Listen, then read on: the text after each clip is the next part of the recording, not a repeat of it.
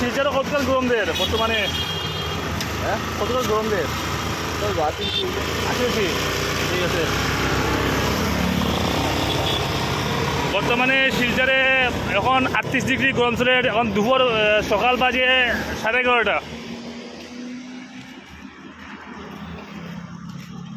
কত রোদ, মানুষের দোকানপাটও যেত কেমনে, কাজকর্ম করতো কেমনে।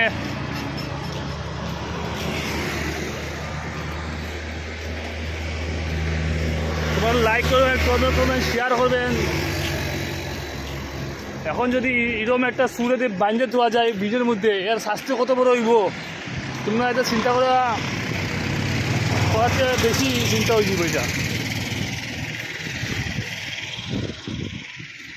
এরকম রোদ দেয়, বেতারা রোদ।